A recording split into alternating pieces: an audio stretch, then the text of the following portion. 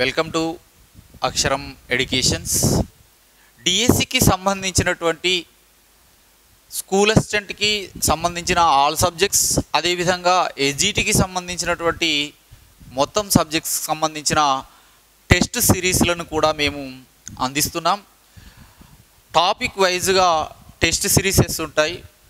ఆ టెస్ట్ సిరీస్ని అదేవిధంగా వాటి యొక్క వివరణ, అంటే ఊరికేనే టెస్ట్ సిరీస్ పెట్టి రిజల్ట్ ఇవ్వడం కాకుండా ప్రతి ప్రశ్నకు సంబంధించినటువంటి వివరణను కూడా మన యాప్లో, అక్షరం ఎడ్యుకేషన్ యాప్లో అందించడం అనేటటువంటిది జరుగుతుంది. వీటిని అన్నిటినీ ఉపయోగించుకొని మీ యొక్క లక్ష్య సాధనలో వీటిని ఒక ఆయుధంగా ఉపయోగించుకొని మీరు విజయవంతులవుతారని ఆశిస్తూ మీరు విజయ మార్గానికి పోవడానికి మా వంతు సహకారం అక్షరం ఎడ్యుకేషన్ ఎప్పుడూ మీ వెన్నంటే ఉంటుందనే ఆలోచనతో మిత్రులారా, ప్రజ్ఞా సిద్ధాంతాలు, వైయక్తిక భేదాలలో భాగంగా ప్రజ్ఞా సిద్ధాంతాల గురించి డిస్కస్ చేద్దాం. ప్రజ్ఞా సిద్ధాంతాలు ప్రధానంగా ప్రజ్ఞా సిద్ధాంతాలను చూసినప్పుడు ఏకకారక సిద్ధాంతం, యూనిఫ్యాక్టర్ థియరీ, ద్వికారక ప్రజ్ఞా సిద్ధాంతం, టూ ఫ్యాక్టర్స్ ఇంటెలిజెన్స్ థియరీ, ద్వికారక ప్రజ్ఞా సిద్ధాంతం, బహుకారక ప్రజ్ఞా సిద్ధాంతం, మల్టీ ఫ్యాక్టర్ ఇంటెలిజెన్స్ థియరీ, బహుకారక ప్రజ్ఞా సిద్ధాంతం, సామూహిక కారక ప్రజ్ఞా సిద్ధాంతం, గ్రూప్ ఫ్యాక్టర్ థియరీ, సామూహిక కారక ప్రజ్ఞా సిద్ధాంతం. ఆ తర్వాత ప్రజ్ఞా స్వరూప నమూనా సిద్ధాంతం, స్ట్రక్చర్ ఆఫ్ ఇంటెలిజెన్స్ మోడల్, ప్రజ్ఞా స్వరూప నమూనా సిద్ధాంతం.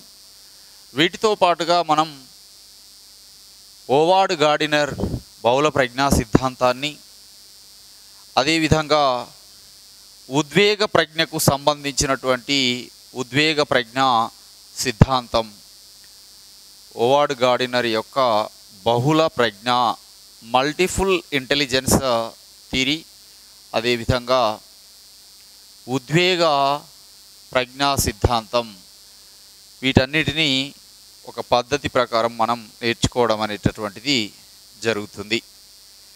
మరి ఈ ప్రజ్ఞా సిద్ధాంతాలలో మొదటి సిద్ధాంతం ఏకకారక సిద్ధాంతం. ఈ ఏకకారక సిద్ధాంతాన్ని ప్రతిపాదించినటువంటి వారు ఎవరు? ద్వికారక సిద్ధాంతాన్ని ప్రతిపాదించింది ఎవరు? బహుకారక సిద్ధాంతాన్ని ప్రతిపాదించినది ఏ మనోవిజ్ఞాన శాస్త్రవేత్త? అదేవిధంగా సామూహిక కారకం,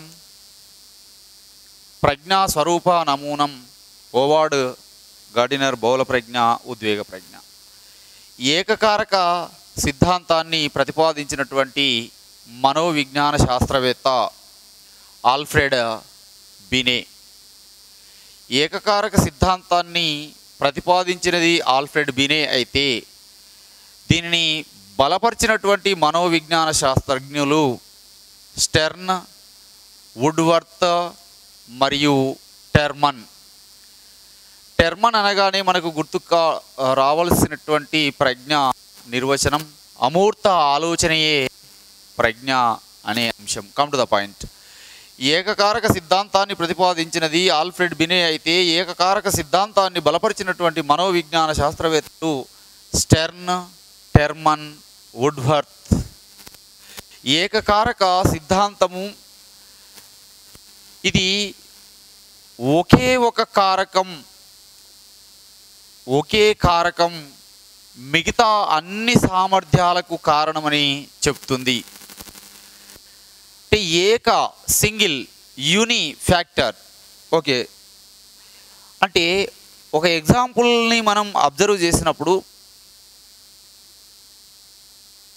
ఒక రంగంలో రాణించినటువంటి వ్యక్తి మిగతా అన్ని రంగాలలో రాణిస్తాడని చెప్తుంది ఏకకారక సిద్ధాంతం. ఉదాహరణకి గణితంలో మంచి మార్కులు సాధించినటువంటి విద్యార్థి మిగతా అన్ని సబ్జెక్టులలో కూడా మంచి మార్కులు సాధిస్తాడని చెప్తుంది. ఒకసారి ఆలోచించండి ఫ్రెండ్స్.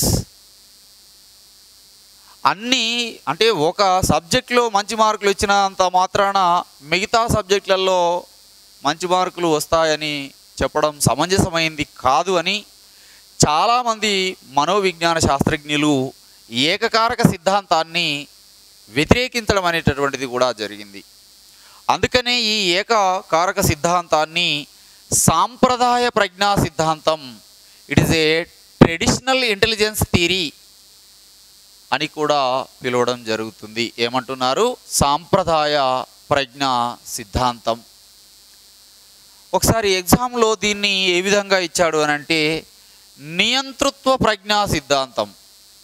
ఏకకారక సిద్ధాంతానికి మరొక పేరు ఏమిటి అని ఆన్సర్లో ఏమిచ్చాడంటే సాంప్రదాయ ప్రజ్ఞా సిద్ధాంతం ఇవ్వకుండా నియంతృత్వ ప్రజ్ఞా సిద్ధాంతం. అంటే ఇక్కడ అర్థం చేసుకోవాల్సింది ఏంటంటే ఒకే అంశానికి ఎక్కువ ప్రాధాన్యత ఇచ్చింది కాబట్టి నియంతృత్వం, అనార్కికల్ ఇంటెలిజెన్స్ థియరీ అని కూడా దీన్ని పిలవడం జరుగుతుంది. ఇది ఏకకారక సిద్ధాంతానికి సంబంధించినటువంటి ప్రాథమిక భావనలు. ఆ తర్వాత ఏకకారక సిద్ధాంతం తర్వాత మరొక సిద్ధాంతం ఆల్రెడీ మీరు ఇప్పటివరకు తెలుసుకున్నారు. ఏకకారక సిద్ధాంతం తర్వాత ఉన్నటువంటి సిద్ధాంతం యొక్క పేరు ద్వికారక సిద్ధాంతం, 2 ఫ్యాక్టర్ థియరీ. మరి ఈ ద్వికారక సిద్ధాంతంను ప్రతిపాదించినది చార్లెస్ ఎడ్వర్డ్ స్పియర్మన్, సింపుల్గా సిఈ స్పియర్మన్ అని పిలవడం జరుగుతుంది. Charles Edward Spearman. ఈయన ప్రజ్ఞలో ఏకకారకం కాదు, 2 కారకాలు వ్యక్తి యొక్క ప్రజ్ఞను ప్రభావితం చేస్తాయని ఈ సిద్ధాంతాన్ని ప్రతిపాదించడం జరిగింది చార్లెస్ ఎడ్వర్డ్ స్పియర్మన్. ఈయన ప్రముఖ గ్రంథము ఎబిలిటీస్ ఆఫ్ మ్యాన్ అనేటటువంటి గ్రంథాన్ని ఈయన రాయడం జరిగింది. ఎబిలిటీస్ ఆఫ్ మ్యాన్ అనేటటువంటి గ్రంథాన్ని చార్లెస్ ఎడ్వర్డ్ స్పియర్మన్ రచించారు. ఈయన ద్వికారకంగా చెప్పాడు ప్రజ్ఞను. మరి ద్వికారకంలో ప్రధానంగా ఈయన చెప్పినటువంటి వాటిల్లో ఒకటేమో జనరల్ ఫ్యాక్టర్, సాధారణ కారకం, దీనినే సింపుల్గా జీ ఫ్యాక్టర్ అంటాం. ఆ తర్వాత రెండవ అంశాన్ని అబ్జర్వ్ చేసినప్పుడు ఎస్ ఫ్యాక్టర్ లేదా దీనిని ప్రత్యేక కారకం అంటాం. వ్యక్తిలో సాధారణ కారకం, ప్రత్యేక కారకం, ఈ 2 కారకాల యొక్క కలయికే ప్రజ్ఞ. ఈ 2 కారకాల లక్షణాల కలయిక ప్రజ్ఞ. స్పెసిఫిక్ ఫ్యాక్టర్గా దీన్ని చెప్తాము. సింపుల్గా ఎస్ ఫ్యాక్టర్ అని సూచించడం జరుగుతుంది. మరి సాధారణ కారకానికి, ప్రత్యేక కారకానికి మధ్య ఉన్నటువంటి సంబంధాలు, భేదాలను మనము అర్థం చేసుకోవాల్సినటువంటి ఆస్కారం ఉంది. చెప్పండి ఒకసారి. ఏకకారక సిద్ధాంతాన్ని ప్రతిపాదించినది ఆల్ఫ్రెడ్ బినే, ద్వికారక సిద్ధాంతాన్ని ప్రతిపాదించినది స్పియర్మన్. స్పియర్మన్ ఒక గ్రంథం పేరేంటి? Abilities of man. ఎన్ని రకాలుగా చెప్పాడు? 2 రకాలుగా. ఒకటి సాధారణ కారకం, రెండవది ప్రత్యేక కారకం. సాధారణ కారకాన్ని ఏ అక్షరంతో సూచిస్తున్నాం? జీ అనే అక్షరంతో జనరల్ ఫ్యాక్టర్, జీ ఫ్యాక్టర్గా. ఎస్ అక్షరంతో ప్రత్యేక కారకం, స్పెసిఫిక్ ఫ్యాక్టర్గా సూచిస్తున్నాం. ఇప్పుడు మరి జనరల్ ఫ్యాక్టర్, సాధారణ కారకంలో ఉన్నటువంటి అంశాలు, ఎస్ ఫ్యాక్టర్, ప్రత్యేక కారకంలో ఉన్నటువంటి అంశాలను జాగ్రత్తగా అబ్జర్వ్ చేద్దాం. జీ ఫ్యాక్టర్ అనేది అనువంశికత వల్ల వస్తుంది. ఎస్ ఫ్యాక్టర్ అనేది పరిసరాల వల్ల సంక్రమిస్తుంది. ఆ తర్వాత జీ ఫ్యాక్టర్ వ్యక్తిలో ఒకే ఒక జీ ఫ్యాక్టర్ ఉంటుంది, ఒకే ఒకటి జీ ఫ్యాక్టర్ సాధారణ కారకం ఉంటుంది. ఎస్ ఫ్యాక్టర్ వ్యక్తిలో ఉండవచ్చు, ఉండకపోవచ్చు. ఎస్ ఫ్యాక్టర్ అంటే ప్రత్యేక కారకం అనేటటువంటిది వ్యక్తిలో ఉండకపోవచ్చు, ఉండవచ్చు లేదా ఉండకపోవచ్చు అనే అంశాన్ని అబ్జర్వ్ చేయాలా. అదేవిధంగా ఇక్కడే 2 లేదా 1 లేదా అంతకంటే ఎక్కువ కూడా ఉండవచ్చు. ప్రత్యేక కారకాల్లో 1 లేదా అంతకంటే ఎక్కువ కూడా జీ ఫ్యాక్టర్ ఎస్ ఫ్యాక్టర్ అనేటటువంటిది ఉండవచ్చు. ఫర్ ఎగ్జాంపుల్ ఉదాహరణ కనుక తీసుకున్నట్లయితే ఒకే వ్యక్తి సంగీతం అనే ప్రత్యేక సామర్థ్యంలో రాణించవచ్చు, సంగీతంతో పాటు క్రికెట్లో కూడా రాణించవచ్చు, అదేవిధంగా చిత్రలేఖనము పెయింటింగ్లో ఆర్ డ్రాయింగ్లో కూడా రాణించవచ్చు. అంటే ఏం అర్థం చేసుకున్నారు ఇక్కడ? సాధారణ కారకం అనేది వ్యక్తిలో ఏకకారకంగా ఒకే ఒకటిగా ఉంటుంది. అదే ప్రత్యేక కారకం అనేది వ్యక్తిలో ఉండొచ్చు, ఉండకపోవచ్చు, 1 లేదా అంతకంటే ఎక్కువగా కూడా ఉండడానికి అవకాశం అనేది ఉంది అనే విషయాన్ని మనం ఇక్కడ అబ్జర్వ్ చేయాలి. నెక్స్ట్ సాధారణ కారకంలో ప్రధానంగా అబ్జర్వ్ చేస్తే వ్యక్తిలో ఇది స్థిరంగా ఉంటుంది. సాధారణ కారకం జనరల్ ఫ్యాక్టర్ అనేది వ్యక్తిలో స్థిరంగా ఉంటుంది. ఇక్కడ ఎస్ ఫ్యాక్టర్కి వచ్చేసరికి ఇక్కడ రాస్తున్నాను చూడండి. ఎస్ ఫ్యాక్టర్కి వచ్చేసరికి ఇది వ్యక్తిలో మారుతూ ఉంటుంది. వ్యక్తిలో ఎస్ ఫ్యాక్టర్ అనేటటువంటిది మారుతూ ఉంటుంది అనే అంశాన్ని కూడా అబ్జర్వ్ చేయాలి. ఆ తర్వాత 4వ అంశాన్ని కనుక గమనించినట్లయితే అనుభవాలు, ఎక్స్పీరియన్సెస్ అండ్ ట్రైనింగ్, శిక్షణ జీకారాన్ని ప్రభావితం చేయలేవు. శిక్షణ ద్వారా, అనుభవాల ద్వారా జీకారకాన్ని మెరుగుపరచలేం, జీకారకాన్ని ప్రభావితం కూడా చేయలేం. కానీ ఎస్ ఫ్యాక్టర్ను మాత్రము అనుభవాల ద్వారా, శిక్షణ ద్వారా మెరుగుపరుచుకోవచ్చు. ఎస్ ఫ్యాక్టర్ని అనుభవాల ద్వారా, శిక్షణ ద్వారా మెరుగుపరుచుకోవచ్చు. ఉదాహరణ కనుక తీసుకుంటే ఇక్కడ సంగీతంలో శిక్షణ ఇవ్వడం ద్వారా ఆ సంగీతాన్ని సాధనను మెరుగుపరుచుకోవచ్చు. శిక్షణ పొందడం ద్వారా క్రికెట్లో కూడా మంచి ప్రావీణ్యత అనేటటువంటిది, టాలెంట్ అనేది సంపాదించవచ్చు. అంటే సింపుల్గా మనం గుర్తుంచుకోవాల్సినటువంటి అంశం ఏమిటంటే ఎస్ ఫ్యాక్టర్ ప్రత్యేకము అనే దానిని శిక్షణ ద్వారా మెరుగుపరుచుకోవచ్చు అనే అంశాన్ని అభ్యర్థులు గమనించాలి. ఒకసారి జాగ్రత్తగా వీటిని చూడండి. జీ ఫ్యాక్టర్, ఎస్ ఫ్యాక్టర్, అనువంశికత వల్ల ప్రభావితమయ్యేటటువంటిది జీ ఫ్యాక్టర్, పరిసరాల వల్ల సంక్రమించేటటువంటిది ఎస్ ఫ్యాక్టర్, వ్యక్తిలో ఒకే ఒక ఫ్యాక్టర్ ఉంటుంది జీ ఫ్యాక్టర్, వ్యక్తిలో ఉండవచ్చు, ఉండకపోవచ్చు, 1 లేదా అంతకంటే ఎక్కువగా ఉండవచ్చు, అది ప్రత్యేక కారకం. ఉదాహరణ సంగీతం, క్రికెట్, చిత్రలేఖనం. జీ ఫ్యాక్టర్ అనేది వ్యక్తిలో స్థిరంగా ఉంటుంది. ఎస్ ఫ్యాక్టర్ అనేది వ్యక్తిలో స్థిరంగా ఉండక మారుతూ ఉండవచ్చు. ఆ తర్వాత 4వ అంశాన్ని గమనించినప్పుడు సాధారణ కారకం అనుభవాలు, శిక్షణ ద్వారా మెరుగుపరచుకోలేం, కానీ ప్రత్యేక కారకాన్ని శిక్షణ ద్వారా మెరుగుపరచవచ్చు అనే విషయాన్ని ఇక్కడ అభ్యర్థులు గమనించాల్సినటువంటి ఆస్కారం ఉంది. ఆ తర్వాత మనం గమనించినట్లయితే మరొక స్మాల్ డిఫరెన్స్ను ఇక్కడ అబ్జర్వ్ చేయొచ్చు ఈ రెండింటి మధ్యలో ఉన్నటువంటి వాటిని. అందులో 5th వన్ గమనించినట్లయితే ఒక వ్యక్తి యొక్క ప్రజ్ఞను జీకారకం ఆధారంగా అంచనా వేయలేం. అంటే సాధారణ కారకం ఆధారంగా వ్యక్తి అధిక ప్రజ్ఞావంతుడా, అల్ప ప్రజ్ఞావంతుడా అనే విషయాన్ని మనము గమనించలేము అనే విషయాన్ని అబ్జర్వ్ చేయాలా.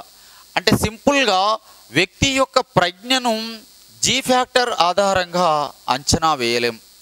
బట్ ఎస్ ఫ్యాక్టర్ ప్రత్యేక కారకం ఆధారంగా ఒక వ్యక్తి అల్ప ప్రజ్ఞావంతుడా లేదా అధిక ప్రజ్ఞావంతుడా?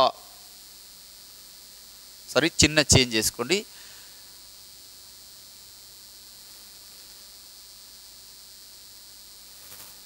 జీ ఫ్యాక్టర్ ఆధారంగా వ్యక్తి యొక్క ప్రజ్ఞను నిర్ధారించవచ్చు.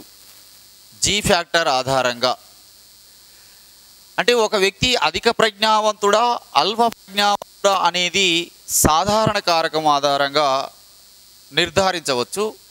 కానీ ప్రత్యేక కారకం ఆధారంగా వ్యక్తి అధిక ప్రజ్ఞావంతుడా అల్ప ప్రజ్ఞావంతుడా అని నిర్ధారించలేము. అంటే వ్యక్తి యొక్క ప్రజ్ఞను ప్రత్యేక కారకంగా నిర్ణయించలేము అనే అంశాన్ని గుర్తుంచుకోండి. ఆ తర్వాత జీ ఫ్యాక్టర్ విషయానికి వచ్చేసరికి ఏదైనా ఒక అంటే వ్యక్తి అన్ని రంగాలలో రాణించాలంటే అంటే జీ ఫ్యాక్టర్ తప్పనిసరిగా ఉపయోగించాల్సి వస్తుంది. కానీ ఎస్ ఫ్యాక్టర్ అంటే వ్యక్తి ఒక నిర్దిష్ట రంగంలో రాణించాలంటే, స్పెసిఫికల్గా ఒక నిర్దిష్ట రంగంలో, ఉదాహరణకి బోధనా రంగంలో రాణించాలి అని అంటే అతనిలో ప్రత్యేక కారకం ఉండాలి. అంటే ఒక నిర్దిష్ట రంగంలో రాణించడానికి ప్రత్యేక కారకం అనేటటువంటిది అవసరం అని ఇక్కడ గమనించాలి. ఆ తర్వాత మరొక ముఖ్యమైనటువంటి అంశము, జీ ఫ్యాక్టర్ వ్యక్తిని బట్టి మారుతుంది. జీ ఫ్యాక్టర్ వ్యక్తిని బట్టి అంటే ఒక వ్యక్తికి మరొక వ్యక్తికి మధ్య సాధారణ కారకంలో మార్పు అనేది ఉంటుంది అనే విషయాన్ని ఇక్కడ అభ్యర్థులు గమనించాలి. మరి ప్రత్యేక కారకాన్ని అబ్జర్వ్ చేసినప్పుడు ప్రత్యేక కారకం కూడా వ్యక్తికి మార్పు ఉంటుంది. అంటే ఒక వ్యక్తికి మరొక వ్యక్తికి మధ్య ప్రత్యేక కారకంలో కూడా మార్పు అనేది ఉంటుంది.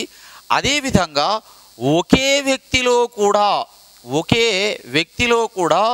వివిధ కార్యక్రమాలు లేదా వివిధ నైపుణ్యాలను బట్టి ఒకే వ్యక్తిలో కూడా ప్రత్యేక కారకంలో మార్పు అనేది ఉంటుంది. ఈ రెండు అంశాలను అప్లై చేసి క్వశ్చన్ అడగడానికి అవకాశం ఉంటుంది. వ్యక్తిని బట్టి ఒక వ్యక్తికి మరొక వ్యక్తికి మధ్యలో ఉండేటటువంటి మార్పును మనం ఏమన్నాము? వ్యక్త్యంతర ప్రజ్ఞ అన్నాము. ఇక్కడ సింపుల్గా జీ ఫ్యాక్టర్ దేన్ని సూచిస్తుంది అంటాడు అంటే వ్యక్త్యంతర ప్రజ్ఞ. మరి ఎస్ ఫ్యాక్టర్ దేనిని సూచిస్తుంది అంటే వ్యక్త్యంతర ప్రజ్ఞను వ్యక్త్యంతర వైయక్తిక భేదాన్ని సూచిస్తుంది. అదేవిధంగా వ్యక్త్యంతర ప్రజ్ఞతో పాటుగా అంతర్గత వ్యక్తిగత వైయక్తిక భేదాన్ని కూడా సూచిస్తుంది. ఇది ప్రధానంగా జీ ఫ్యాక్టర్కు సంబంధించిన అంశాలు. సార్, ఏకకారక సిద్ధాంతం, ద్వికారక సిద్ధాంతాలను, ద్వికారక సిద్ధాంతంలో సాధారణ కారకం ప్రత్యేక కారకాల మధ్య ఉన్నటువంటి అంశాలను గ్రహించడం అనేటటువంటిది జరిగింది. మల్టీ ఫ్యాక్టర్ ఇంటెలిజెన్స్ థియరీ, బహుకారక ప్రజ్ఞా సిద్ధాంతం. మరి ఈ బహుకారక ప్రజ్ఞా సిద్ధాంతాన్ని ప్రతిపాదించినటువంటిది E L Thorndike, Edward Louis Thorndike. Multi factor intelligence theory propounded by or propagated by E L Thorndike, America దేశానికి చెందిన మనోవిజ్ఞాన శాస్త్రవేత్త. Come to the point, concentrate చేయాలా. ఈఎన్ థారండైక్ ప్రజ్ఞ అనేది ఏకకారకం కాదు, ద్వికారకం కాదు, ప్రజ్ఞ అనేది అనేక కారకాల యొక్క సముదాయము, బహుళ కారకాల సముదాయము అని చెబుతూ అనేక నిర్దిష్ట సామర్థ్యాల కలయికే, అనేక నిర్దిష్ట సామర్థ్యాల, కన్ఫ్యూజ్ కావద్దు, ప్రజ్ఞ అనేది ఒక సామర్థ్యము, అంతర్గత సామర్థ్యం, అనేక నిర్దిష్ట కారక సామర్థ్యాల యొక్క సముదాయాన్ని బహుకారక సిద్ధాంతంగా ఈఎల్ థారండైక్ ప్రతిపాదించడం అనేటటువంటిది జరిగింది. ఈఎల్ థారండైక్ బహుకారక సిద్ధాంతంలో ప్రధానంగా థారండైక్ ఒక గ్రంథాన్ని రాయడం జరిగింది. ఈయన రాసినటువంటి గ్రంథం పేరు మెజర్మెంట్స్ ఆఫ్ ఇంటెలిజెన్స్ అనేటటువంటి గ్రంథాన్ని రాశాడు. మెజర్మెంట్స్ ఆఫ్ ఇంటెలిజెన్స్ అనేటటువంటి గ్రంథాన్ని రాయడం జరిగింది ఈఎల్ థారండైక్. ఈఎల్ థారండైక్ ప్రజ్ఞలో ప్రధానంగా 4 అంశాలను చెప్పడం జరిగింది. ప్రజ్ఞలో ఇతడు ఈ మనోవిజ్ఞాన శాస్త్రవేత్త చెప్పినటువంటి 4 అంశాలలో ఒకటి స్థాయి, దీనినే అంతస్తు అంటారు. In English version level. రెండవ అంశము వ్యాప్తి, విస్తరణ, రేంజ్ అని చెప్పడం జరుగుతుంది. మూడవ అంశాన్ని గమనించినప్పుడు ఏరియా లేదా వైశాల్యము ఏరియాగా మరొక అంశాన్ని ఇచ్చాడు. ఆ తర్వాత నిష్పాదన, స్పీడ్. ఈ 4 అంశాల ఆధారంగా ఇతడు మనోవిజ్ఞాన శాస్త్రవేత్త అయినటువంటి థారండైక్ విషయాలను చెప్పడం జరిగింది. మరి స్థాయి అంటే ఏమిటి? ఒక కృత్యం యొక్క క్లిష్టతను తెలిపే దానిని, ఒక యాక్టివిటీ యొక్క డిఫికల్టీ లెవెల్. విద్యార్థి ఏదైనా ఒక కృత్యం చేస్తున్నప్పుడు ఆ కృత్యం యొక్క క్లిష్టతను తెలియజేసేటటువంటి దానిని స్థాయి, లెవెల్, అంతస్తు అంటారు. రెండవది వ్యాప్తి. ప్రతి క్లిష్టత స్థాయిలో విద్యార్థి ఎన్ని కృత్యాలను చేస్తున్నాడో, ప్రతి క్లిష్టతా స్థాయిలో ఎన్ని కృత్యాలను చేస్తున్నారో తెలియజేసే దానిని వ్యాప్తి, ఎన్ని కృత్యాలను చేయగలడో తెలియజేసేదాన్ని వ్యాప్తి అంటాం. వైశాల్యము అన్ని వ్యాప్తుల మొత్తాన్ని వైశాల్యము అంటాం. నిష్పాదన, స్పీడ్ అక్కడే ఉంది చూడండి, ఆన్సర్ సులభంగా గుర్తుపట్టవచ్చు, అర్థం చేసుకోవచ్చు. ఎంత వేగంతో ఒక కృత్యాన్ని పూర్తి చేస్తున్నాడో తెలియజేసేటటువంటి దానిని నిష్పాదన అంటాం.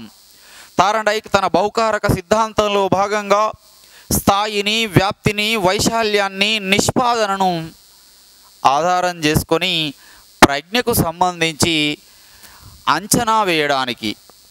ప్రజ్ఞను అంచనా వేయడానికి ఒక పరీక్షను, ఒక మాపనమును రూపొందించడం జరిగింది. దానిని సిఏవిడి అంటారు. గతంలో డైరెక్ట్గా దీనికి సంబంధించిన అబ్రివేషన్ కూడా ఎగ్జామ్లో అడగడం జరిగింది. మరి ఒక్కొక్క అంశాన్ని ఇక్కడ జాగ్రత్తగా తెలుసుకోవాలా. సి అంటే సెంటెన్స్ కంప్లీషన్. సింపుల్గా తెలుగులో వాక్య పూరణము. ఏ ఈక్వల్ ఆరిథమెటిక్, అంక గణితము, ఆరిథమెటిక్. 2 వర్షన్లలో అభ్యర్థులు దీనిని నోట్స్ ముందు పెట్టుకొని రాసుకొని జాగ్రత్తగా అబ్జర్వ్ చేయాల. ఆ తర్వాత V means or V equal vocabulary, పదజాల నిర్మాణము వొకాబులరీ. D means directions. ఇక రాస్తున్నాను చూడండి, మళ్ళీ కిందికి పోతే కనిపించదు కాబట్టి D is equal to directions అంటే నిర్దేశాలు అనేటటువంటి అంశాన్ని ఇక్కడ అభ్యర్థులు గమనించాల. దీని ఆధారంగా ప్రజ్ఞను మాపనం చేయవచ్చు అని సిఏవిడి అనే ప్రజ్ఞా మాపనని రూపొందించింది ఎవరు అనంటే ఈఎల్ థారండైక్. చెప్పండి ఒకసారి. ఏకకారక సిద్ధాంతాన్ని ప్రతిపాదించినది, బహుకారక సిద్ధాంతాన్ని ప్రతిపాదించినది. అదేవిధంగా థారండైక్ బహుకారక సిద్ధాంతంలో భాగంగా ప్రజ్ఞను మాపనం చేయడానికి CAVDని రూపొందించడం జరిగింది. సి అంటే ఏంటి? Sentence completion, A arithmetic, V vocabulary, D directions or డిరెక్షన్స్గా మనము బహుకారక సిద్ధాంతాన్ని అబ్జర్వ్ చేయడం జరిగింది. బహుకారక సిద్ధాంతం తర్వాత మరొక ప్రజ్ఞా సిద్ధాంతం, దానిని మనము సామూహిక కారక ప్రజ్ఞా సిద్ధాంతం, గ్రూప్ ఫ్యాక్టర్ థియరీ అంటాం. సామూహిక కారక సిద్ధాంతం. ఈ సామూహిక కారక సిద్ధాంతాన్ని ప్రతిపాదించినది LL థర్స్టన్. సామూహిక కారక సిద్ధాంతం, group factor theory propounded by LL Thurstone అనే మనోవిజ్ఞాన శాస్త్రజ్ఞుడు. ఈయన ప్రధానంగా స్పియర్మన్ యొక్క ద్వికారక సిద్ధాంతములో ఉన్నటువంటి సాధారణ కారకం జనరల్ ఫ్యాక్టర్ను తీవ్రంగా వ్యతిరేకించడం అనేటటువంటిది జరిగింది. LL థర్స్టన్ చెప్తున్నటువంటి అంశం ఏంటంటే, ఒక వ్యక్తిలో ఉన్నటువంటి 7 ప్రాథమిక మానసిక సామర్థ్యాల కలయికే ప్రజ్ఞ. జాగ్రత్తగా అబ్జర్వ్ చేయాలి. 7 ప్రాథమిక మానసిక సామర్థ్యాల కలయికే ప్రజ్ఞ అని మనకు ఎవరు? LL థర్స్టన్ చెప్పడం జరిగింది. మరి ఈయన ఒక గ్రంథాన్ని రాస్తాడు. ఈయన రాసినటువంటి గ్రంథం పేరు కూడా ఇంగ్లీష్లో పైన ఉన్నదాన్ని తెలుగులోకి కన్వర్ట్ చేస్తే వచ్చేస్తుంది. ఈయన రాసినటువంటి గ్రంథం, ప్రముఖ గ్రంథం ప్రైమరీ మెంటల్ ఎబిలిటీస్ అనేటటువంటి గ్రంథాన్ని రాశాడు. స్పియర్మన్ రాసినటువంటి గ్రంథం ఎబిలిటీస్ ఆఫ్ మ్యాన్. మరి LL థర్స్టన్ రాసిన గ్రంథం ప్రైమరీ మెంటల్ ఎబిలిటీస్. అదేవిధంగా థారండైక్ రాసిన గ్రంథం మెజర్మెంట్ ఆఫ్ ఇంటెలిజెన్స్. దానితో పాటుగా మెకిన్ క్యాటిల్ రాసినటువంటి గ్రంథం మెంటల్ టెస్ట్ అండ్ మెజర్మెంట్. అదేవిధంగా గాల్టన్ రాసినటువంటి గ్రంథాలు hereditary genius, an inquiry into human faculty and its development. Adolescence అనే గ్రంథాన్ని రాసింది స్టాన్లీ హాల్.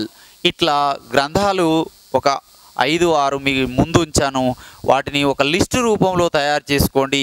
మొత్తం గ్రంథాలను, సైకాలజీలో ఉన్న గ్రంథాలను, ముందు వచ్చేటటువంటి బుక్స్ అన్నిటినీ, వాటి యొక్క ఆథర్ నేమ్స్, ఆ సైకాలజిస్ట్ నేమ్స్ మీరు ఒక చార్ట్ రూపంలో తయారు చేసుకుంటే, టేబుల్ రూపంలో తయారు చేసుకుంటే ఒక మార్క్ని సులభంగా సాధించవచ్చు. Come to the point. Topic divert కావద్దు. మనం మాట్లాడుతున్నాం సామూహిక కారక సిద్ధాంతం. ప్రతిపాదించింది ఎవరు చెప్పండి? LL Thurstone. ఈ సిద్ధాంతాన్ని ఏమంటాము? ప్రాథమిక మానసిక శక్తుల, మళ్ళీ కన్ఫ్యూజన్ కావద్దు, శక్తి అన్నా సామర్థ్యం అన్నా ఒకటే. ప్రజ్ఞ ఒక శక్తి, ప్రజ్ఞ ఒక సామర్థ్యం. ఈ 7 ప్రాథమిక మానసిక సామర్థ్యాల యొక్క కలయికే ప్రజ్ఞ అని సామూహిక కారక సిద్ధాంతాన్ని ప్రతిపాదించాడు. మరి ఆ 7 ప్రాథమిక మానసిక సామర్థ్యాలు ఏమిటో ఒకసారి చూసే ప్రయత్నం చేద్దాం. ముందుగా పదధారాలత. 2 వెర్షన్స్లో ఇస్తున్నాను, జాగ్రత్తగా వీటిని నోట్ డౌన్ చేసుకోండి.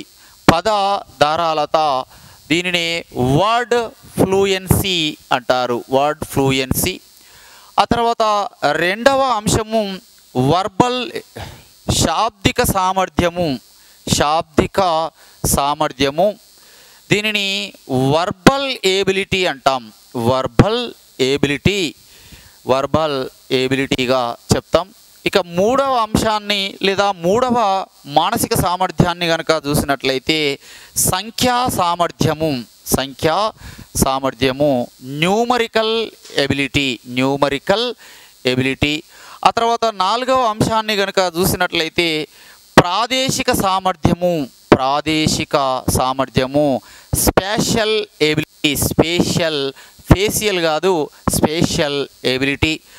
ఐదవ సామర్థ్యాన్ని చూసినప్పుడు వివేచన రీజనింగ్ ఎబిలిటీ, వివేచన సామర్థ్యం, రీజనింగ్ ఎబిలిటీ. ఇక 6, 7వ అంశాలను అబ్జర్వ్ చేసినప్పుడు ఇక్కడ రాస్తున్నాను చూడండి, కన్ఫ్యూజ్ కాకుండా. 6వ అంశము స్మృతి సామర్థ్యము. దీనినే మెమరీ ఎబిలిటీ అంటాము. స్మృతి సామర్థ్యము మెమరీ ఎబిలిటీగా చూస్తాము. మెమరీ ఎబిలిటీ లేదా స్మృతి సామర్థ్యం. చివరగా ఉన్నటువంటిది ప్రత్యక్ష సామర్థ్యము. ప్రత్యక్ష సామర్థ్యము. ఈ ప్రత్యక్ష సామర్థ్యాన్ని ఇంగ్లీష్ వెర్షన్లో పర్సెప్చువల్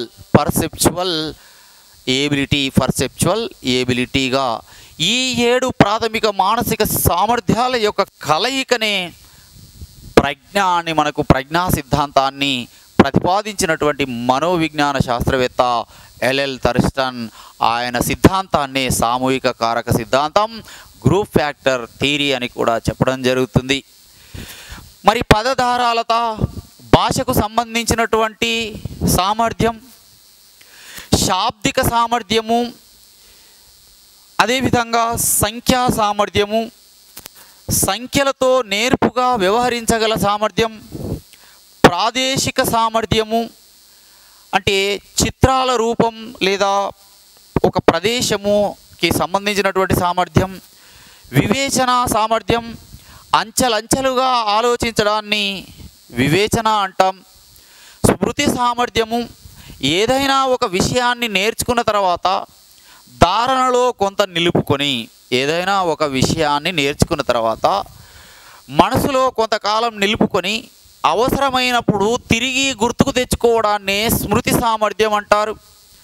ప్రత్యక్ష సామర్థ్యము, పర్సెప్చువల్ ఎబిలిటీ, పరిసరాలలోని వస్తువులను, ఉద్దీపనలను జ్ఞానేంద్రియాల సహాయంతో ప్రత్యక్షం చేసుకోవడాన్ని ప్రత్యక్ష సామర్థ్యం అని పిలవడం జరుగుతుంది. నెంబర్ 1 పదధారాలత, నెంబర్ 2 శాబ్దిక సామర్థ్యం, నెంబర్ 3 సంఖ్యా సామర్థ్యం, నెంబర్ 4 ప్రాదేశిక, నెంబర్ 5 వివేచన సామర్థ్యం, నెంబర్ 6 స్మృతి సామర్థ్యం, నెంబర్ 7 ప్రత్యక్షాత్మక లేదా ప్రత్యక్ష సామర్థ్యం. మరి ఎలా ఈ 7 అంశాలను గుర్తుంచుకోవాలా? మర్చిపోతాం కదా సార్ అని చూస్తున్నారు మీరు. ప్రాక్టీస్ చేయాలా? లేకపోతే మెమరీ బేస్లో జస్ట్ వీటిని గుర్తుంచుకోవడానికి ఏం చేయాలి అంటే ఫస్ట్ వర్డ్స్ని యాక్రోనిమ్గా కొండ గుర్తు లేదా బండ గుర్తు న్యూమోనిక్స్ లాగా గుర్తుంచుకోవాలా. ఫస్ట్ వర్డ్ ఫ్లూయెన్సీలో డబ్ల్యూని తీసుకోండి, వర్బల్ ఎబిలిటీలో వి తీసుకోండి, న్యూమరికల్ ఎబిలిటీలో ఎన్ తీసుకోండి, స్పాషియల్ ఎబిలిటీలో ఎస్ తీసుకోండి, రీజనింగ్ ఎబిలిటీలో ఆర్, అదేవిధంగా మెమరీ ఎబిలిటీలో ఎం, పర్సెప్చువల్ ఎబిలిటీలో పి తీసుకోండి. ఈ షార్ట్ కట్నంతా రాసుకోండి. అప్పుడు సింపుల్గా WVNSRMP. ఇక మీ ఇష్టం, దీన్ని ఎలానైనా గుర్తుంచుకునేటటువంటి ప్రయత్నం చేయండి. ఇంటెలిజెన్స్లో కొంత మీరు యాక్రోనిమ్స్ను ఉపయోగించడం వల్ల ఎట్లాంటి న్యూమోనిక్స్ని కొండ గుర్తులు లేదా బండ గుర్తులను ఉపయోగించడం వల్ల ఇబ్బంది ఏమీ లేదు. చూడండి, WVNSRMP ఇక్కడ ఉన్నటువంటి వాటికి ఇది అవుతుంది. మరి ఈ 7 మానసిక సామర్థ్యాలు కలిసి ఉంటాయా, ఒక గ్రూపుగా ఉంటాయా అంటే గ్రూపుగా ఉండవు, విడివిడిగా ఉంటాయి. వీటన్నిటిని కలిపితే అది వ్యక్తి ప్రజ్ఞ అంటున్నాడు ఎవరు? ఎల్ఎల్ థర్స్టన్ తన సామూహిక కారక సిద్ధాంతంలో. ఫర్ ఎగ్జాంపుల్, ఒక వ్యక్తి గణిత సామర్థ్యాన్ని సాధించాలి అని అంటే ఏ ప్రజ్ఞ ఉండాలో ఈ 7 అంశాలలో ఒకసారి చెప్పండి. ఈ 7 అంశాలు ఉన్నాయి కదా, ఈ 7 సామర్థ్యాలు ఉన్నాయి కదా, ఈ 7 రకాల సామూహిక కారక సిద్ధాంతంలో ఈ 7 రకాల సామర్థ్యాలలో ఒక వ్యక్తి మ్యాథమెటికల్ ఎబిలిటీ అంటే గణితంలో అత్యున్నత స్థితి లేదా గణితంలో మంచి సామర్థ్యము సాధించాలంటే ఏవేవి ఉండాలా? ఎగ్జాంపుల్ తీసుకున్నప్పుడు మొదటగా ఇందులో ఉన్నటువంటి సంఖ్యా సామర్థ్యం ఉండాలా అతనిలో. ఆ సంఖ్యలను గుర్తుంచుకోగలిగే స్మృతి సామర్థ్యం ఉండాలా. అదేవిధంగా ఆ సంఖ్యలకు సంబంధించి ఆ గణితానికి సంబంధించినటువంటి సమస్యలను పరిష్కరించడానికి అతడిలో రీజనింగ్ ఎబిలిటీ, వివేచన సామర్థ్యము ఉండాలి. ఫర్ ఎగ్జాంపుల్ భాషా సామర్థ్యం తీసుకుందాం. అక్కడ గణిత సామర్థ్యాన్ని ఎగ్జాంపుల్గా తీసుకున్నాం. మళ్ళీ రెండవ ఉదాహరణగా భాషా సామర్థ్యం. ఒక వ్యక్తి భాషలో మంచి సామర్థ్యాన్ని సాధించాలి అని అంటే ఆ భాషా సామర్థ్యానికి ఏ సామర్థ్యాలు అవసరం ఎల్ఎల్ థర్స్టన్ ప్రకారము అన్నప్పుడు, ఒకటి పదజాల సామర్థ్యము, వర్డ్ ఫ్లూయెన్సీ, పదజాల సామర్థ్యము అనేటటువంటి అంశము.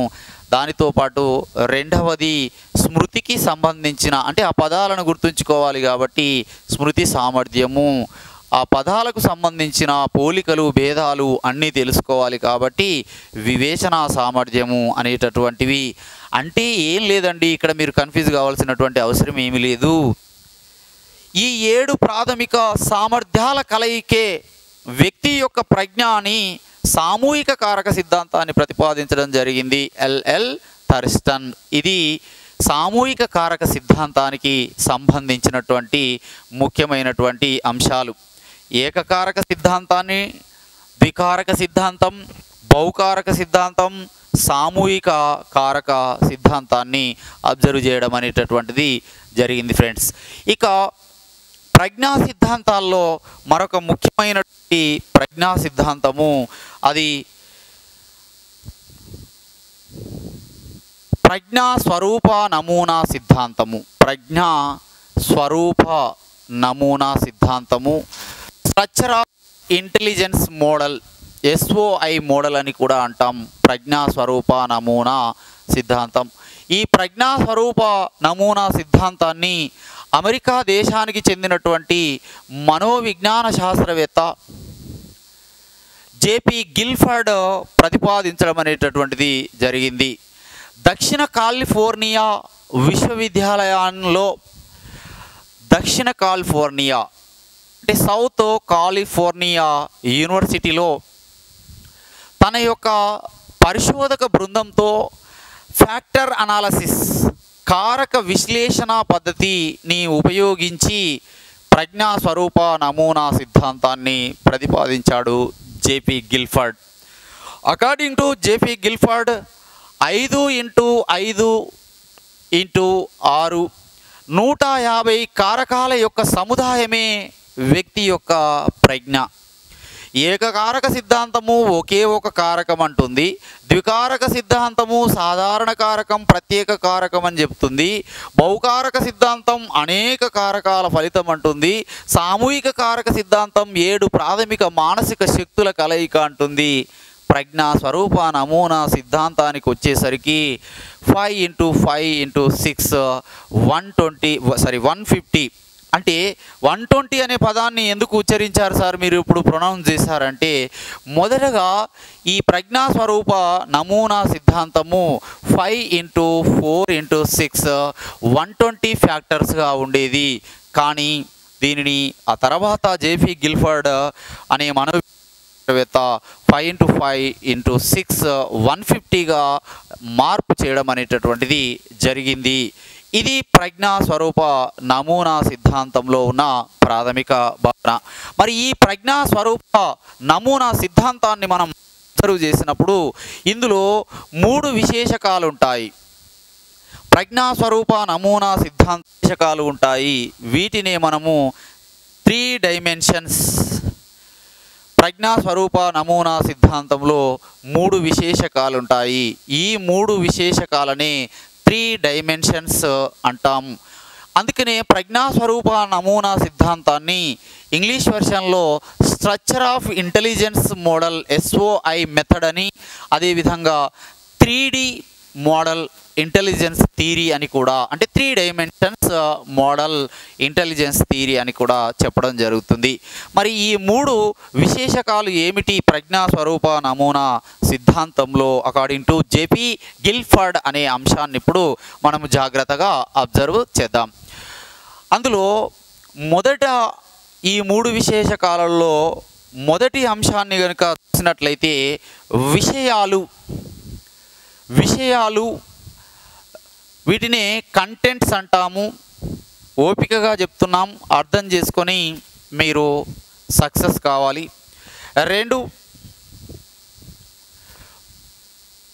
ప్రచాలకాలు, వీటిని ఆపరేషన్స్ అంటాం.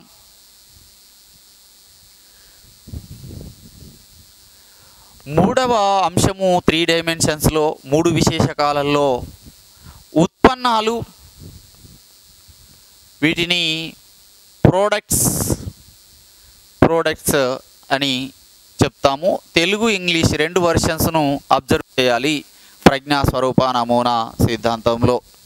ఎన్ని విశేషకాలు ఉన్నాయన్నాం? ఎవరు ప్రతిపాదించారు ప్రజ్ఞాస్వరూప నమూనా సిద్ధాంతాన్ని? చెప్పండి ఒకసారి.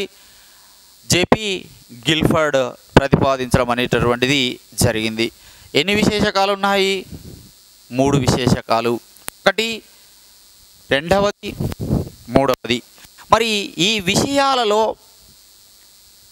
5 అంశాలున్నాయి. అదేవిధంగా ప్రచాలకాల్లో 5 అంశాలున్నాయి. ఉత్పన్నాలలో 6 అంశాలున్నాయి. ఎగ్జామినర్ గతంలో జరిగినటువంటి టెట్ ఎగ్జామ్లో అడిగినటువంటి ప్రశ్న, విషయాలలో ఏముంటాయి అంటే వ్యక్తి వేటిని గురించి ఆలోచిస్తున్నాడో తెలిపే వాటిని విషయాలు అంటారు. వేటిని గురించి ఆలోచిస్తున్నాడో తెలిపే దానిని విషయాలు అంటారు. ఎలా ఆలోచిస్తున్నాడు, హౌ టు థింక్, ఎలా ఆలోచిస్తున్నాడు అన్నప్పుడు అది ప్రచాలకాలకి సంబంధించింది. ఆ ఆలోచనల యొక్క ఫలితం, ఆ ఆలోచనల యొక్క అవుట్కమ్, ఆలోచనల యొక్క ఫలితమును తెలియజేసేటటువంటి దానిని ఉత్పన్నాలు అని చెప్పడం జరుగుతుంది. సింపుల్గా గుర్తుంచుకోండి, వ్యక్తి వేటి గురించి ఆలోచిస్తున్నాడో తెలిపేవి గిల్ఫర్డ్ ప్రజ్ఞాస్వరూప నమూనా సిద్ధాంతంలో విషయాలు, ఎలా ఆలోచిస్తున్నాడో తెలియజేసేటటువంటివి ప్రచాలకాలు, ఆ ఆలోచనల యొక్క ఫలితాలను తెలియజేసేటటువంటి వాటిని ఉత్పన్నాలు అంటాం. మరి విషయంలో ఉన్నటువంటి అంశాలను, ప్రచాలకాలలో ఉత్పన్నాలలో ఉన్నటువంటి అంశాలను మనము చూద్దాం. మరి విషయాలలో 5 అంశాలు ఉన్నాయి. ఆ 5 అంశాలు మీరు ఆల్రెడీ చదివి ఉన్న అభ్యర్థులు ఒకసారి రీకాల్ చేయండి. విషయాలలో ప్రధానంగా ఉన్నటువంటి 5 అంశాలు, 5 అంశాలలో నెంబర్ 1 చిత్రాలు, సెకండ్ 1 ధ్వనులు. ఆర్డర్గా గుర్తుపెట్టుకోవాల్సిన అవసరం ఏం లేదు, ఇక్కడ ఆర్డర్ ఏమీ అడగరు. ధ్వనులు, చిహ్నాలు. 4వ అంశము మాటలు. 5వ అంశము ప్రవర్తన. చిత్రాలు, ధ్వనులు, చిహ్నాలు, మాటలు, ప్రవర్తన విషయాలలో అంటే వేటి గురించి ఆలోచిస్తున్నాడో తెలిపేవి ఇవి 3 విశేషకాలలో 5 లక్ష్యాలు. ఆ తర్వాత ప్రచాలకాలను మనం ఆపరేషన్స్ అన్నాం. మరి ఈ ఆపరేషన్స్లో ఎన్ని అంశాలు ఉన్నాయి? 5 అంశాలు ఉండడం అనేటటువంటిది జరిగింది. అందులో 1 స్మృతి, ఆ తర్వాత 2వ అంశము సంజ్ఞానము. 3వ అంశాన్ని గమనిస్తూ సమైక్య ఆలోచన, కన్వర్జెంట్ థింకింగ్. సమైక్య ఆలోచన, కన్వర్జెంట్ థింకింగ్. 4వ అంశం విభిన్న ఆలోచన, డైవర్జెంట్ థింకింగ్.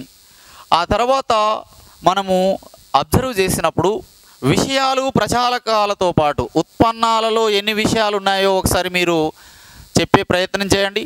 ఉత్పన్నాలలో 6 విషయాలు ఉన్నాయి, 6 లక్ష్యాలు. అందులో ఉన్నటువంటి వాటిలో 1 యూనిట్లు, 2వది వర్గాలు, 3వ అంశం సంబంధాలు. యూనిట్లు, వర్గాలు, సంబంధాలు. 4వ అంశం విధానాలు. 5వ లక్ష్యం రూపాంతరాలు. 6వ లక్ష్యము అంతర్భావాలు అంతర్భావాలు అనే అంశాన్ని ఇక్కడ అబ్జర్వ్ చేయాలి. ఈ 5 × 5 × 6 5 × 5 × 6 ఈక్వల్ 150 కారకాల సముదాయమే ప్రజ్ఞగా చెప్పాడు జేపీ గిల్ఫర్డ్. చిత్రాల రూపంలో, ఇమేజెస్ రూపంలో ఉన్నటువంటి అంశాలు, శాబ్దిక రూపంలో ఉన్నటువంటి ధనులకు సంబంధించినవి, చిహ్నాల రూపంలో ప్లస్ మైనస్ అలా డివైడెడ్, అదేవిధంగా మాటల రూపంలో శాబ్దిక పరంగా ఉన్నటువంటివి, ప్రవర్తన. ప్రచాలకాలలో స్మృతి అంటే ధారణలో ఉంచుకున్న అంశాన్ని అవసరమైనప్పుడు తిరిగి గుర్తుకు తెచ్చుకోవడాన్ని స్మృతి అంటాం. సంజ్ఞానము పరిసరాలలోని వివిధ ఉద్దీపనలను, విషయాలను గ్రహించడము సంజ్ఞానము. గ్రహించిన దానిని కొంతకాలం మెదడులో నిలుపుకొని అవసరమైనప్పుడు తిరిగి గుర్తుకు తెచ్చుకోవడాన్ని స్మృతి అంటాం. ఆ తర్వాత మూడవ అంశం సమైక్య ఆలోచన. ఒక సమస్యకు ఒకే విధంగా పరిష్కార మార్గం చూపెడితే సమైక్య ఆలోచన, ఒక సమస్యకు వేరువేరు పరిష్కార మార్గాలను చూపెడితే విభిన్న ఆలోచన.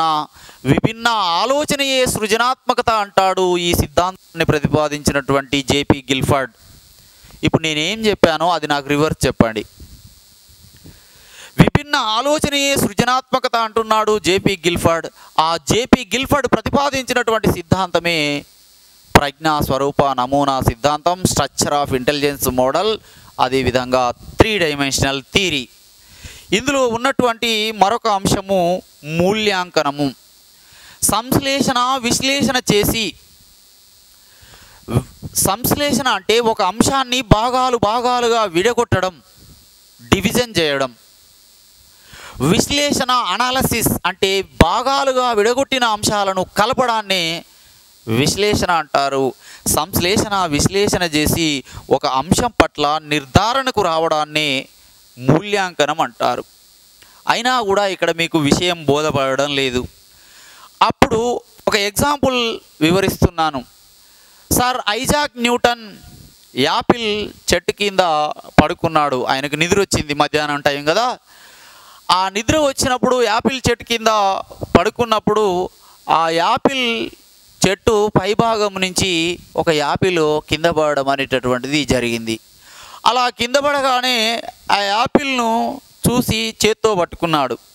మనమైతే ఏం చేసేవాళ్ళము, ఆల్రెడీ మధ్యాహ్నం పూట భోజనం చేసినప్పటికీ మళ్ళీ ఆ యాపిల్ను ఎక్స్ట్రా డోస్ కింద తినేవాళ్ళం. కానీ అక్కడ ఉన్నది సర్ ఐజాక్ న్యూటన్. కింద పడినటువంటి యాపిల్ను చూసి ఇది కింద ఎందుకు పడింది అని పైకి విసిరేశాడు. మళ్ళీ కిందనే పడింది. కింద పడడంతో అప్పుడు ఆయన నిర్ధారించుకున్నటువంటి అంశం ఏంటంటే భూమికి ఆకర్షించే శక్తి ఉంటుంది, దానినే గురుత్వాకర్షణ శక్తి అని మన ముందుకు న్యూటన్ గురుత్వాకర్షణ శక్తిని తీసుకొని రావడం అనేటటువంటిది జరిగింది. మరి ఎలా సార్ దీనిని అంటే సంజ్ఞానము, యాపిల్ చెట్టు కింద పైనుంచి పడ్డటువంటి యాపిల్ను గ్రహించడం జరిగింది. అలా గ్రహించిన దానిని కొంతకాలం మనసులో నిలుపుకున్నాడు. స్మృతి, సమైక్య ఆలోచన చేశాడు. యాపిల్ కింద పడితే దాన్ని అలా ఎందుకు కింద పడ్డది అని అంతవరకే ఆగిపోతే సమైక్య ఆలోచన, అలా కాకుండా పైకి విసిరేసి విభిన్న ఆలోచన చేశాడు. చివరికి సంశ్లేషణ, విశ్లేషణ జరిపి మూల్యాంకనములో గురుత్వాకర్షణ సిద్ధాంతాన్ని మన ముందుకు తీసుకొని రావడం జరిగింది. న్యూటన్ అనే విషయాన్ని అభ్యర్థులు అబ్జర్వ్ చేయాలి. ఇంకా అర్థం కాకపోతే మీరు ఇప్పుడు ఏం చేయాలి అని అంటే వీడియోను పాజ్ చేసి వెనకకు వెళ్ళి మళ్ళీ ఒకసారి వినే ప్రయత్నం చేయండి. ఇక ఉత్పన్నాలలో ఎన్ని అంశాలు ఉన్నాయి? 6 అంశాలు. ఉత్పన్నాలలో మొదటిది చెప్పండి, యూనిట్లు. రెండవది వర్గాలు. మూడవది సంబంధాలు. నాలుగవది విధానాలు. ఐదవది రూపాంతరాలు. ఆరవది అంతర్భావాలు. చెప్తున్నారా లేదా? నాతో పాటుగా చెప్పండి అంటే నాతో పాటుగా చెప్పాలా. ఓకే, యూనిట్లు, వర్గాలు, సంబంధాలు, విధానాలు, రూపాంతరాలు, అంతర్భావాలు.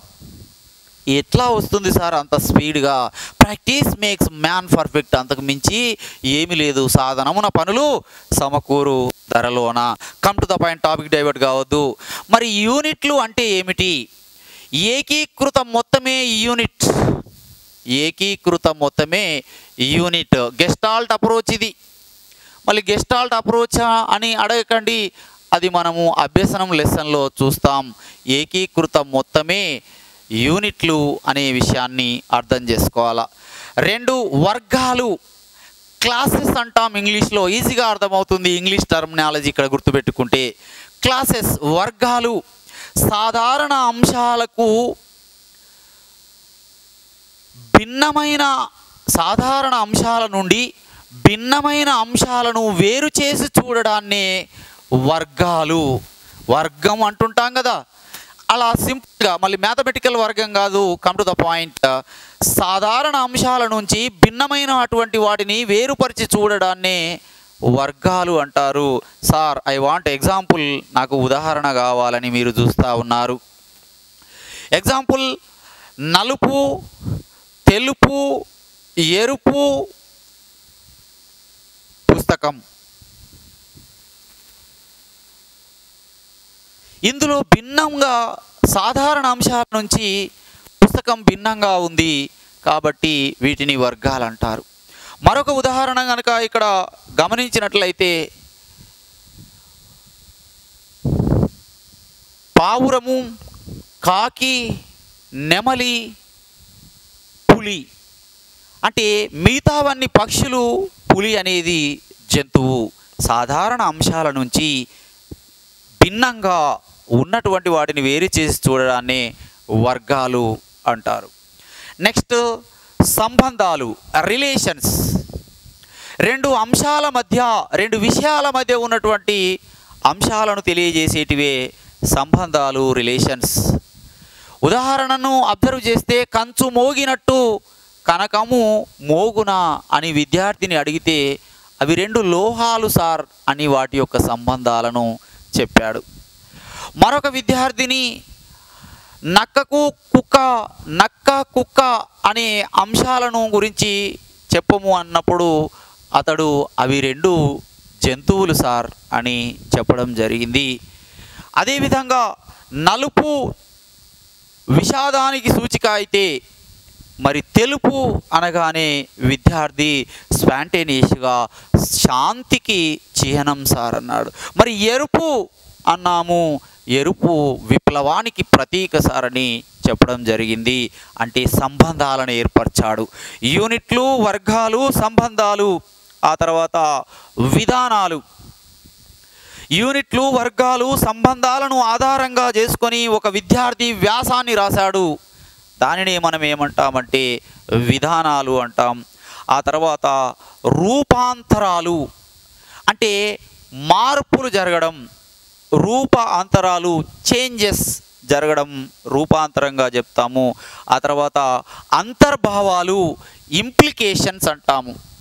అంతర్భావాలు అని అంటే ప్రస్తుతము ఇవ్వబడిన దాని ఆధారంగా ముందు ఏమి రాబోతుందో ఊహించి చెప్పడం, దానిని అంతర్భావాలు అంటాం. జాగ్రత్తగా గమనించాలా. ఇంప్లికేషన్స్ ప్రస్తుతము ఇవ్వబడిన అంశం ఆధారంగా భవిష్యత్ అనే పదం కాకుండా ముందు ఏ అంశం రాబోతుందో అంటే ఊహించి చెప్పడాన్ని లేదా ముందు రాబోయే అంశాన్ని చెప్పడాన్ని అంతర్భావం అంటాం.